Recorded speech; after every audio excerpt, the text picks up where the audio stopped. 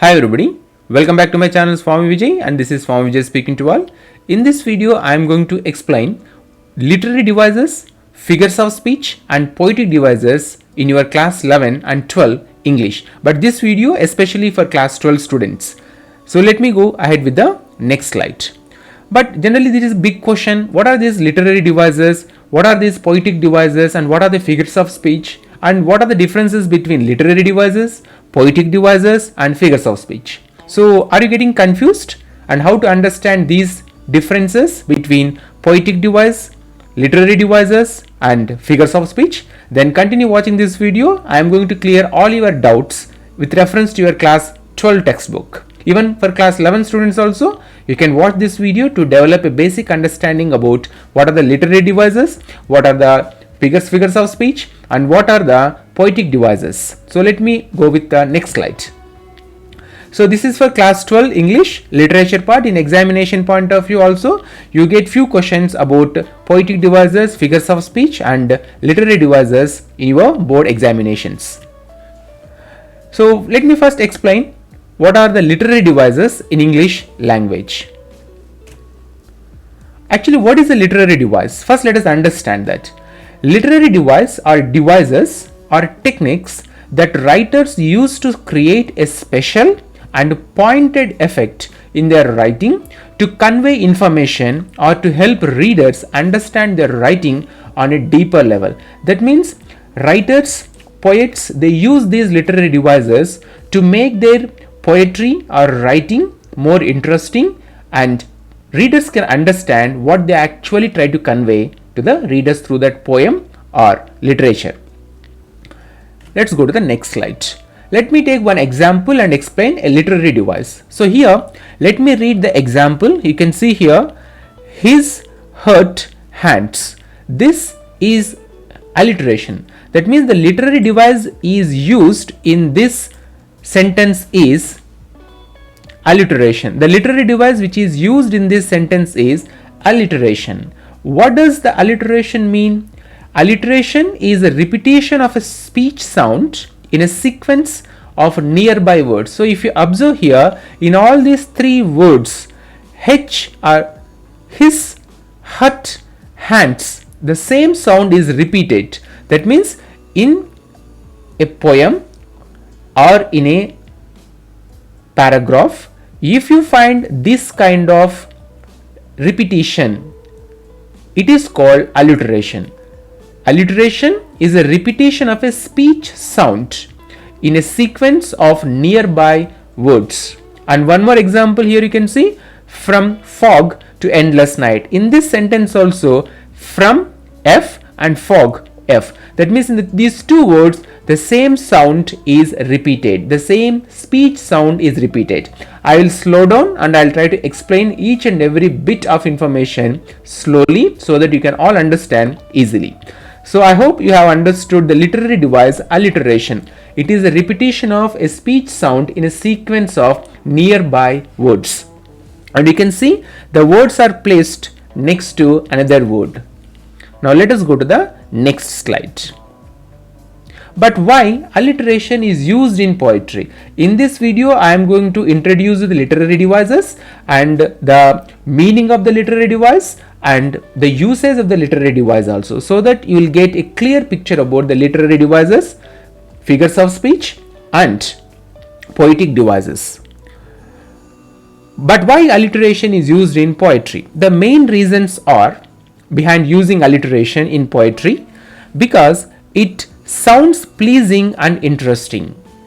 It can get the attention of the readers to link the alliterative words together thematically to improve the mood of the poem. So writers or poets use alliteration to enhance the mood of the poem, to attract the readers towards their poetry, and it sounds very pleasing and as well as interesting. Now here one example I have given for alliteration. I have downloaded from net. Let me read and let me see how interesting this or how interesting it sounds to your ears. Peter Piper picked a peck of pickled peppers. A peck of pickled peppers Peter Piper picked. If Peter Piper picked a peck of pickled peppers, how many pickled peppers did Peter Piper pick? See, it looks though confusing, but it sounds very interesting. So that is the usage of alliteration in the poetry. Now let us go to the next slide. And alliteration elevates the mood with a magical music to the poetry. This kind of rhythmic reading will elevate the mood and it attract the readers towards the poetry. Now let us go with the next slide. Now let me introduce you figures of speech. Okay, so what is a figures of speech? A figure of speech is using language or words in ways that are beyond their literal interpretation. There are typically 10 figures of speech that are used as poetic devices. That means these figures of speech are used to make the words mean beyond the literal interpretation. That means if you call a box as a box and if you call a pencil as a pencil, then that is no way describing things in a different way. Here we are going to understand the words are used to make the poetry more and more interesting. So we should not take the literal meaning of that particular word. And there are maximum 10 figures of speech are there which are used as poetic devices. That means figures of speech can also be used as poetic devices. Keep this in your mind. Let me go to the next slide. Example for a figures of speech or a figure of speech is her face ashen like that of a corpse. It is a simile. Now what is a simile? A comparison between two distinctly different things used like or as to compare. That means when two different things are compared using the words like or as, then that sentence is in use, the figures of speech used in that sentence is simile. One more sentence here given, she was as old as she looked. So here as is used as a figures of speech and that is simile. But the question is which as is used here as a simile. If you know the answer, comment in the comment section below. So this is about simile. But why does the simile poets used in their poetry? Let us understand. The main reasons why poets use poetry, when they write poetry, why do they use simile in their poetry? The reasons are to add depth and meaning to their lines. That means when they use similes, that will add more intense meaning and feeling to their lines. Next point, to create poetic expressions. When they are comparing two things, when they use simile, that will add a lot of more to their poetic expression. They can express their feelings easily. Next point, to present the information in an interesting visual way by creating striking images. That means when two things are compared, even it can make the readers to visualize those things. So let me just give one example here for simile. She is as beautiful as a waning gibbous moon. What is this waning gibbous moon? But she is compared, her beauty is compared with a waning gibbous moon. So if you know what is the meaning of this waning gibbous moon, she is as beautiful as a waning gibbous moon, comment in the comment section. Otherwise keep watching this video. So her beauty is compared with a waning gibbous moon. Of course moon, but what kind of moon? So let me explain. So see here is a photo, here is a picture of a woman, and above the woman you can see a small moon. What is that? The waning gibbous moon. Now let me explain what is that waning gibbous moon. Poets use these kind of things to create interest. I hope the moment I said waning gibbous moon, you also got little interest to know about what it is and how her beauty is compared with that waning gibbous moon. So let me explain. The waning gibbous moon rises after sunset, transits the meridian after midnight and sets after sunrise. Here the waning gibbous moon should not be taken as just a moon or an object. We have to understand here is the waning gibbous moon is used here to compare her mind, her inner soul, because waning gibbous moon represents or symbolizes or showcases gratitude, sharing and enthusiasm. That means if the poet used these words in a simile or to compare things, we should understand the deeper meaning of those lines. So let me go to the next slide. So what are the most important figures of speech? Simile, metaphor, allegory, onomatopoeia, personification, irony and hyperbole are the most common figures of speech that are used as poetic devices. That means these are figures of speech, but these can be used as poetic devices. So now let me tell you, or let me introduce you poetic devices. What actually poetic devices mean? Poetic devices include the way words rhyme, sound in lines of poetry together, and create rhythm when spoken.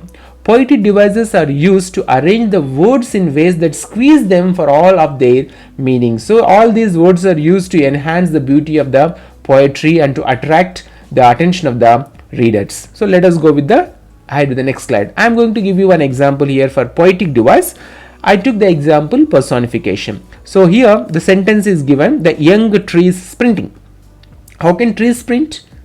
Trees are fixed, they cannot move, they cannot run here and there, but here the poet has used like the trees are sprinting. So that is called personification in poetry. What is actually personification? An inanimate object or an abstract concept is spoken as though it were endowed with life or with human attributes or feelings. That means we feel that like boxes, chairs or some other objects, though they don't have any kind of life, but when we attribute the qualities of human being to that, then that is called personification. Example here is given, lightning danced across the sky. How can lightning can dance? But it is a figurative use of a language, personification. So let me show you next slide.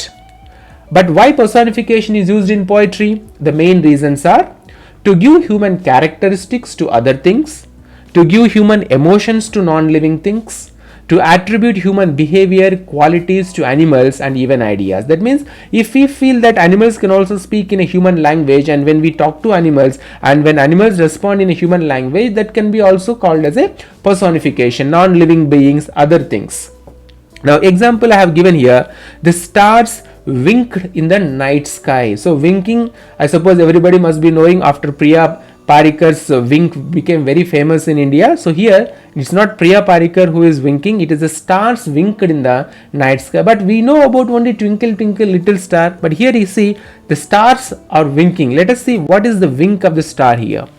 I suppose you can see the picture, how colorful the night sky lit with stars. The stars winked in the night sky. So winked here, the word made all of us to feel attracted to this poetry. So here we are comparing stars like a human being, like we wink. So in the same way here the stars are also imagined. So here it is personification used.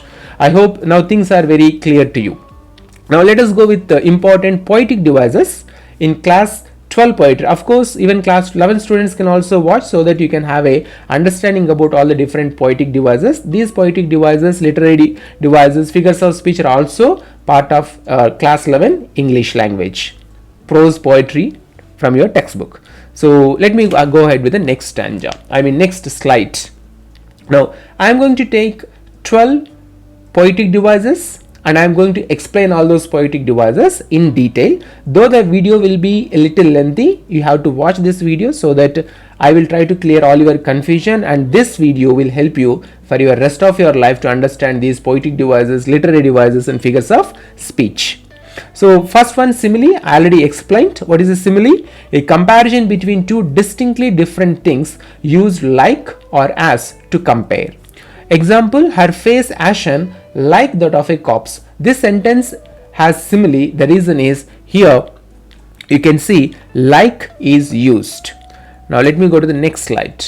Metaphor, in which a word or phrase literally denoting one kind of object or idea is used in place of another to suggest a likeness or analogy between them.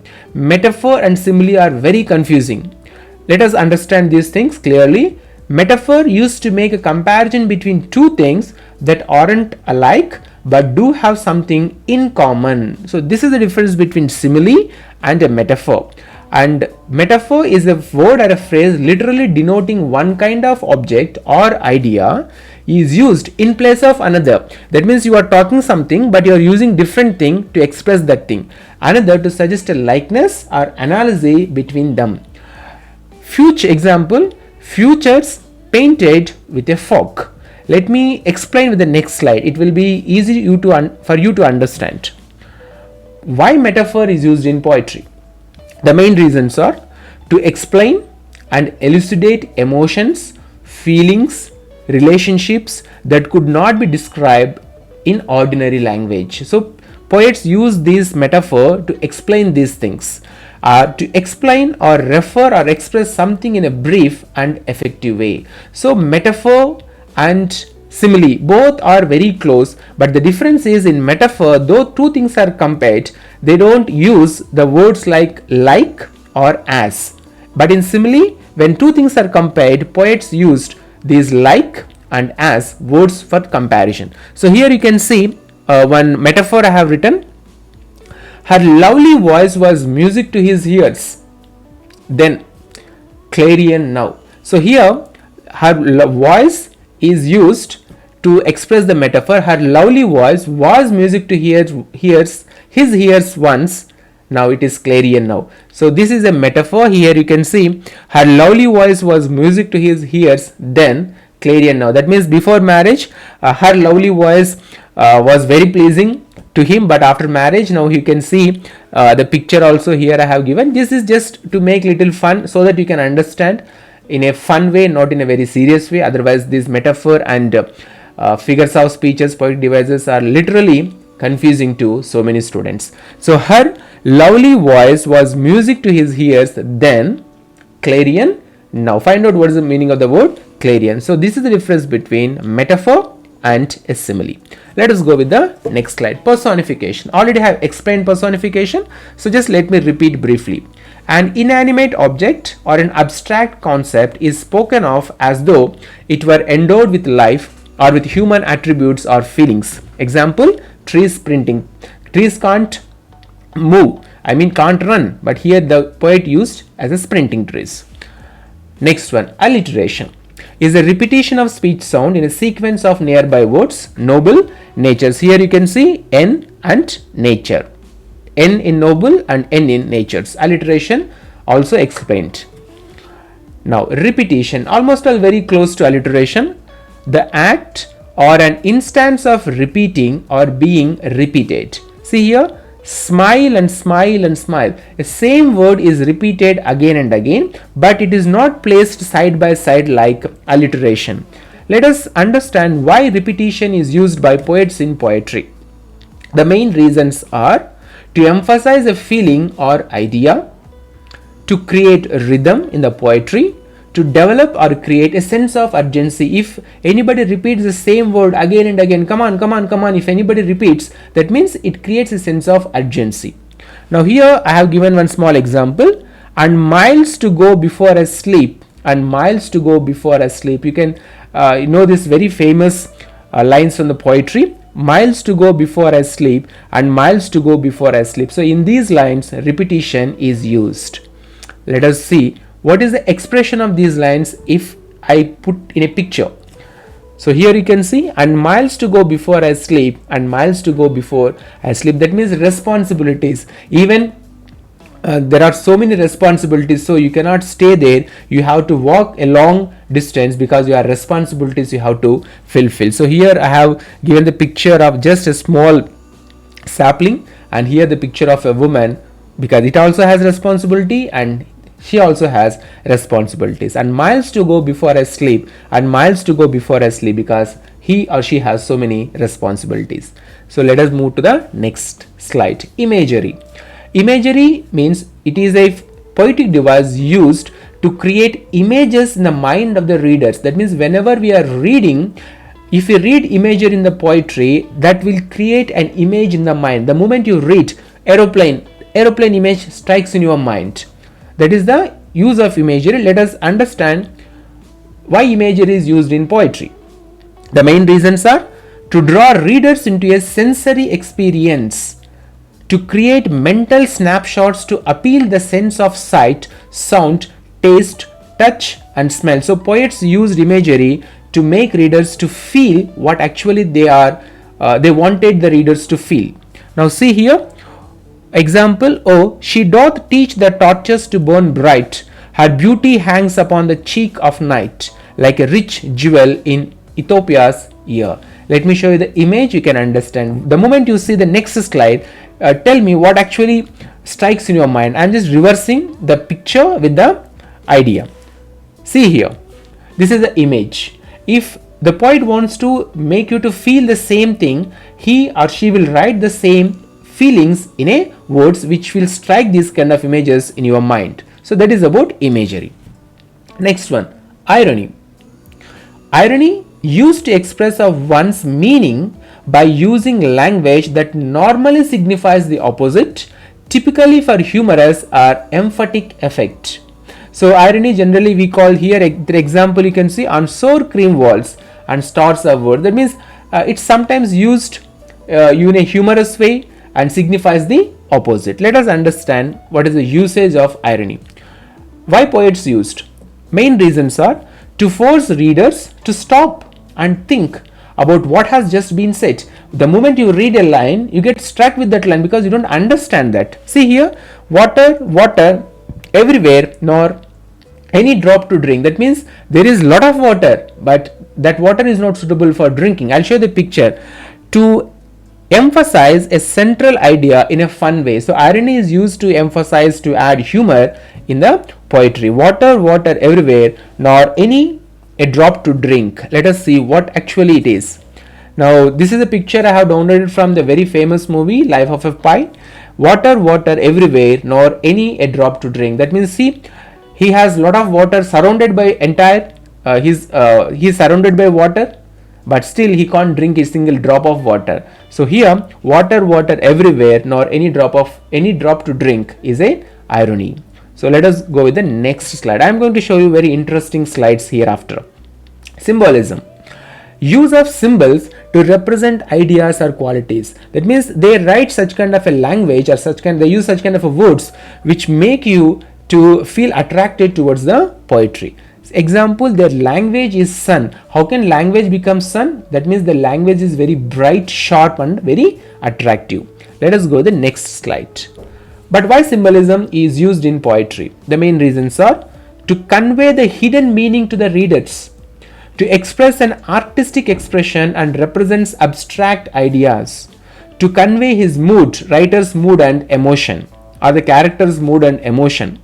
It helps in creating meanings and emotions in writing. So writers or poets used symbolism to do all these things. Here example I have given, uncle's wedding band is a symbol. That means uncle's wedding band is a symbol to express how men controlled or dominated women in the history or in the past or even the present also. Matriarchal society. Let us go with the next slide. Okay, this which I would like to explain a little. This is the photographs I have downloaded from the movie Joker. Here the stairs are used as a symbol. In this first photo, here you can see the stairs in the movie Joker symbolizes never ending struggle, hardships. That means whenever Joker climbs up these steps, the camera angle never shows you the beginning of the steps or ending of the steps. You will see always the Joker climbing these steps. That means it showcases or symbolizes never ending struggle and hardships in the life of the Joker. And here you can see in the next photograph, it is a very famous clip in the movie, like Joker dancing when he was climbing down the stairs. What it represents? Stairs important here. Joker's dance climbing down symbolizes his descent into madness and freedom from the struggle of trying to be normal. That means director used the steps as a symbol to make us to feel about the hardships, problems of the Joker before he entered into the madness, and once he got relief from his problems in the sense that once he entered into the psyche of Joker, it relieved him from all those problems and psychological problems, and he started dancing. So even in movies also we can understand these symbols. Let us go with the next slide. Euphemism. What is euphemism? A mild or indirect word or expression substituted for one considered to be too harsh or blunt when referring to something unpleasant or embarrassing. Say for example, you have one friend who is a very stupid. You can't call him a stupid friend. What do you generally say? You will use something like, I have a very clever friend. So when you use that very, others can understand that you have a stupid friend. Here I have given one example. I am awarded early retirement. What actually happened? Awarded early retirement. He was removed from the job. He got fired. So instead of telling I was fired, he can say, I am awarded early retirement. So let us see why this euphemism is used in poetry. The main reasons are to obscure of something deemed offensive. So instead of speaking some offensive words, they will change with the soft words to replace harsh, impolite and unpleasant words. Now here one example I have given, economically challenged. Generally what we believe economically challenged means poor people. So instead of speaking or talking or addressing them as a poor people, the another word is economically challenged. So economically challenged is the euphemism. I know this video is going to be very lengthy, but once you have to listen so that it is for your entire lifetime. So let me show you who are actually economically challenged people in the next slide. So here you can see one girl who is very economically challenged and one boy who is economically very challenged. They don't have even decent clothes to wear. I'm just joking, these are not economically poor, these are filthy rich people. Okay, so let us go to the next slide. Epithet, an adjective actually, an adjective or phrase expressing a quality or attribute regarded as characteristic of the person or things mentioned. That means we are talking about a person and we are using few adjectives, but in that an adjective or phrase expressing a quality or attribute regarded as characteristic of the person. The entire character of a person is described in a single word. Example, in the name Alexander the Great is an epithet. So here the great word is used as the epithet. But why poets use this epithet in poetry? The main reasons are to make the description of someone or something broader and easier to understand. Alexander the Great we will emphasize so that we can understand how great the Alexander really was, and to develop suitable images in fewer words. Now example, death lies on her like an untimely frost up on the sweetest flower of all the fields. See here the sweetest flower, but what it actually is? It is death. Let us see.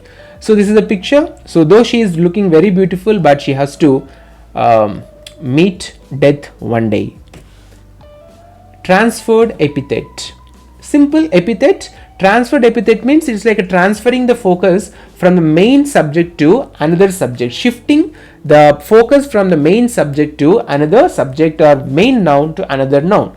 An adjective which qualifies a noun other than the person or thing it is actually describing. See, happy days.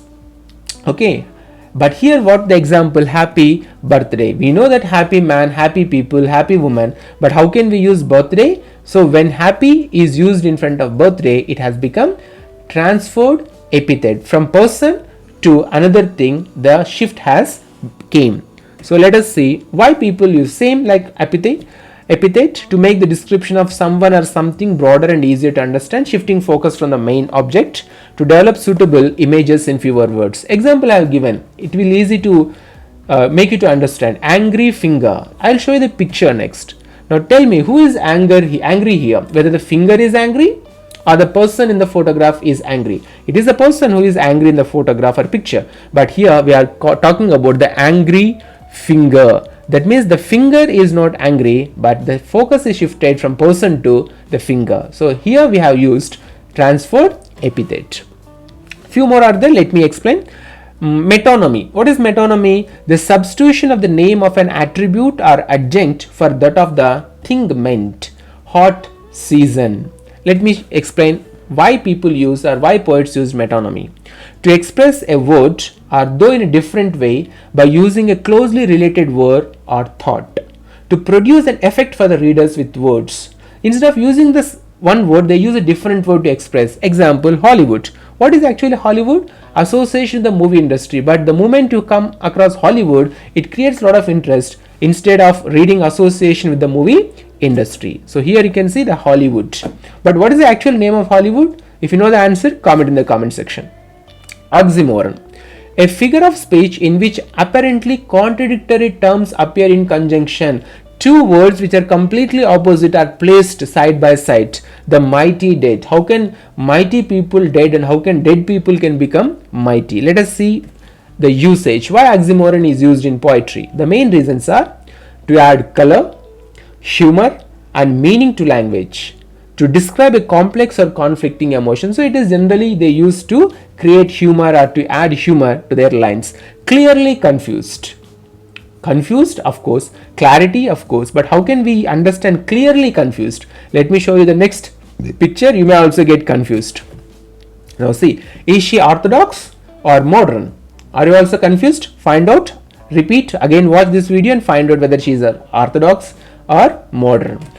Okay, so these are the most important poetic devices from your textbook. It can be understood, that is, these to be understood by class 11 students as well as for class 12 students, because these are the figures of speech, literary devices and poetic devices common in English language. Now, especially focusing on class 12, I am going to show you the poems of the class 12 from the textbook, and I'll tell you what are the different poetic devices used in those poems. So first one is important poetic devices from My Mother at 66. So this is the poem My Mother at 66. I am not going to read the entire poem to explain because it will take a lot of time. So if you want to know the summary of this poem, then you can watch the video. I suppose you can get here on the top of the screen. I will give the link to the video of My Mother at 66. So watch that video and then come to the next slide. So in this poem, poet has used so many poetic devices. First one here is simile. So in this poem, her face ashen like that of a corpse, as a late winter's moon. So these lines, simile is used in these lines. Then trees sprinting, personification. Merry children running out of their homes is a metaphor. Trees sprinting, merry children running out of their homes as a late winter's moon is imagery. Now you may get confused whether it is a simile or imagery. Both it is used, imagery also as well as simile also.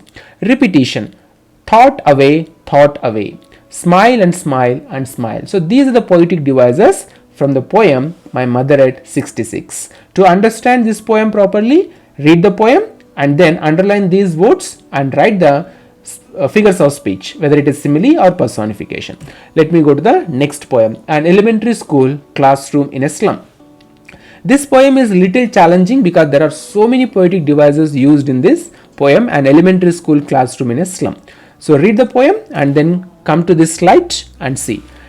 Simile, like rootless weeds, like bottle bits on stones, like catacombs, slums as big as domes. So here all the highlighted words are similes. On sour cream walls and stars of words, irony, metaphor, rat's eyes, father's gnarled disease, squirrel's game, tree room, futures painted with a fog, lead sky. These are all metaphors. Imagery, gusty waves, rootless weeds, the paper seeming boy, sour cream walls, ships and suns, bottle bits of stones, gold sands, twisted bones. Imagery, repetition, far, symbolism, their language is sun. That means if you read the poem and if you once go through this information, it will imprint in your brain, in your mind, and during examination, you can easily identify these literary devices or poetic devices from the given lines from the poetry. Now let us go to the next poem, Keeping Quiet.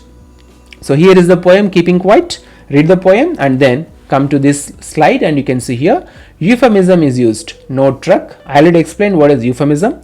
Irony is also used, green wars, wars with gas, wars with fire, victory with no survivors, metaphor, put on clean clothes in the shade. You may get confused if I am reading all these things, but when you read the poem and when you watch this video and when you again work on those lines, you will definitely get 100% clarity.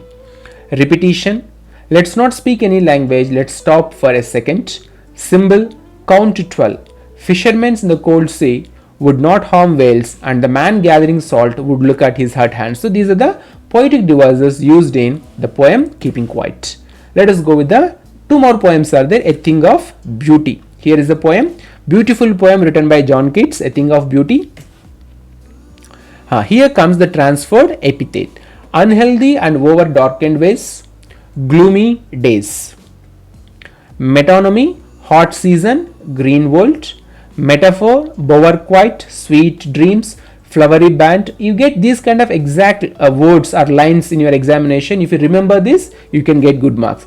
Unhealthy and over darkened ways, the pall, dark spirits, endless fountain of immortal drink, Alliteration, repetition of the same speech sound, noble natures, cooling covert, band to bind.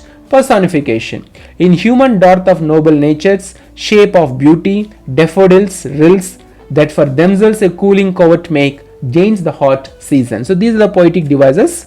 Few more poetic devices are there. Archaism. What is this archaism? Words which are outdated. We don't use these words nowadays. Morrow, it's actually tomorrow. Oxymoron, the mighty dead, already I explained. Imagery, flowery wreaths, shady boon, green world, clear rills, cooling covert, grandeur of the dooms, endless fountain of eternal drink. These are all imagery in the poem. Symbol, simple, sheep. Now last poem, Aunt Jennifer's Tigers. Here is the poem, very simple poem but very powerful poem. Now let us see what are the figures of speech here. Contrast is used. Tigers do not fear the men beneath the tree. So here tigers are compared with the life of Aunt Jennifer. What is contrast? Writer identifies the differences between two things, subjects, places or ideas, highlighted to emphasize their differences. So here poet highlighted her life and compared with the tigers. Imagery, bright top-edged denizens. Irony, men fear the sleek chivalric tigers. Uncle's wedding band is symbolism. And rhyme scheme also you can remember. Stanza 1 AABB, stanza 2 AABB and stanza 3 also AABB. So these are the poetic devices, literary devices and figures of speech which are very important in English language and especially for class 11 and class 12 students. So though it is a very lengthy video, if you have watched this video and if you have come to this point, I hope 70 to 80% of your doubts are clearly cleared without any kind of confusion. It is not like clearly confused, it is clearly cleared. What is that clearly cleared? If you know the answer, comment in the comment section below. And if you still have any doubts, you can leave your comments in the comment section so that I can definitely address your questions properly. So thanks for watching this video, and if you like this video, please subscribe to my channel so that you can receive latest updates and information the moment I upload videos on YouTube. And always remember, stay home, stay safe and stay strong. Take care. Thanks for watching this video. If you have come to the end of this video, I believe that you are interested to watch a few more videos related to the topic. So now you can check this out video or watch this one. Click this video, it will take you into another video.